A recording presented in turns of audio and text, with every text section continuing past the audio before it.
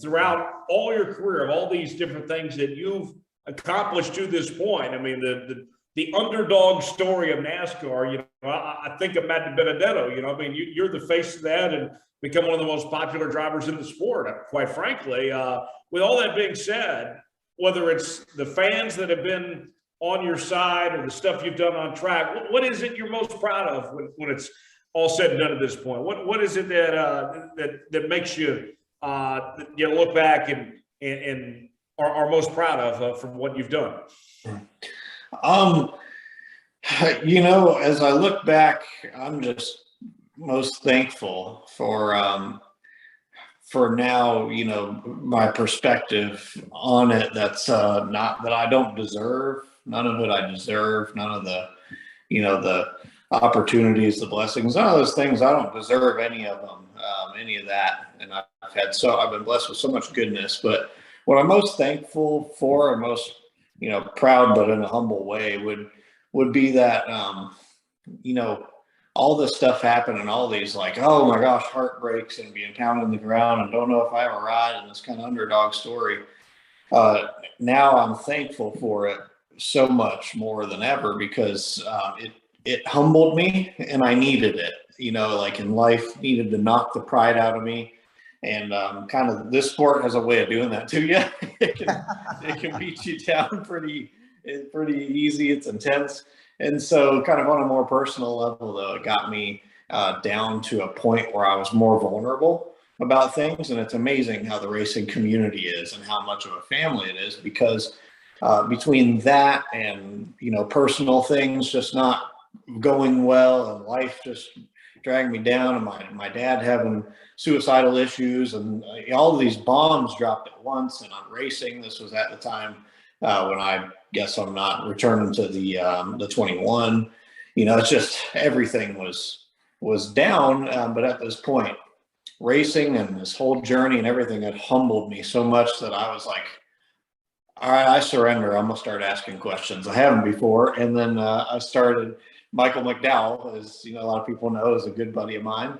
And, you know, I've always been very comfortable with him and he's made me feel comfortable. So I started asking him some questions that were awkward for me, very awkward because I just didn't grow up, you know, not much, you know, not much of a Christian background, I guess you could say. And I started asking him some questions and man, he kind of pierced my soul the way he talked to me about a few things and changed me. And now, so anyways, what I'm getting at, why I'm kind of painting this whole picture is all this crazy humbling and journey that I can look back on and be like, oh, I'm super thankful for because it humbled me down to a level of vulnerability that was much needed. And it truly changed and saved my life. And I walk with a much different perspective through it all. And I'm very thankful to get to drive in circles for a living at the end of the day. Yeah. Hey, Matt, one of the things it's interesting to hear you talk because, man, the good man above, God has a plan for all of us. You know what I mean? Yep. And you know, he's in control of all of it. And, you know, we you know, it's, you know, that's kind of the way I see it and the way it's been for me. And I know it is for Dominic and Tyler, but man, he's in control and, you never know what path he's controlling all of it. So, you know, I think, like you said, it's interesting to hear you speak about it, you know, and talking to Michael McDowell, man, he's such a great guy. And, you know, he's a man of faith. And I've heard him speak a couple times about give his testimony. It's amazing. And, you know, it's really interesting. And I'm sure you guys are even closer now than you were before. Yeah, man, it's been amazing to kind of grow. So not just as friends, but through the spiritual lens, like that relationship together. And he was, you know, he's been kind of a mentor for me through, you know, the beginning of my journey. So to help me not be too much of a rolling crash course, which I can be many times.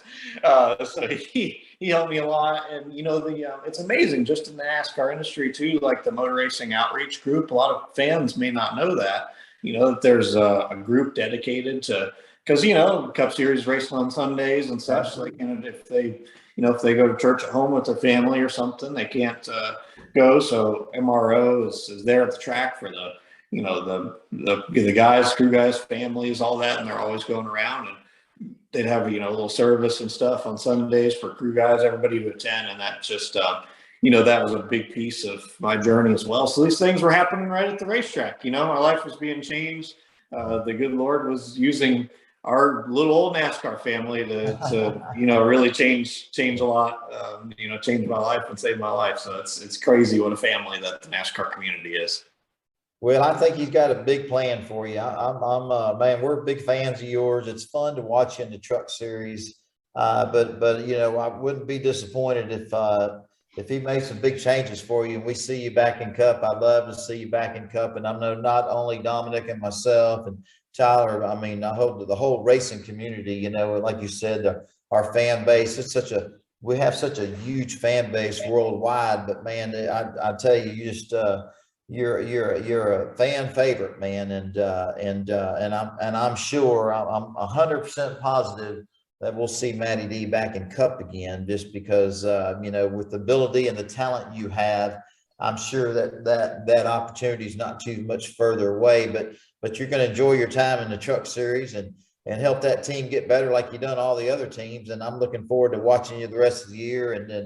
And hopefully here real soon, you'll put that 25 truck back into victory lane. I don't even think it's ever been to victory lane. And I'm excited to watch the progress. I think when it's all said and done, Matt, you're going to have to write a book about this whole experience. Man, no kidding. It's been something, that's for sure. And yeah, we're that's the goal. That's the plan. We're going to get the old 25 truck in victory lane and then start checking off some boxes. Hey, race fans, if you enjoyed that clip, check out the full episode on YouTube and all podcast platforms.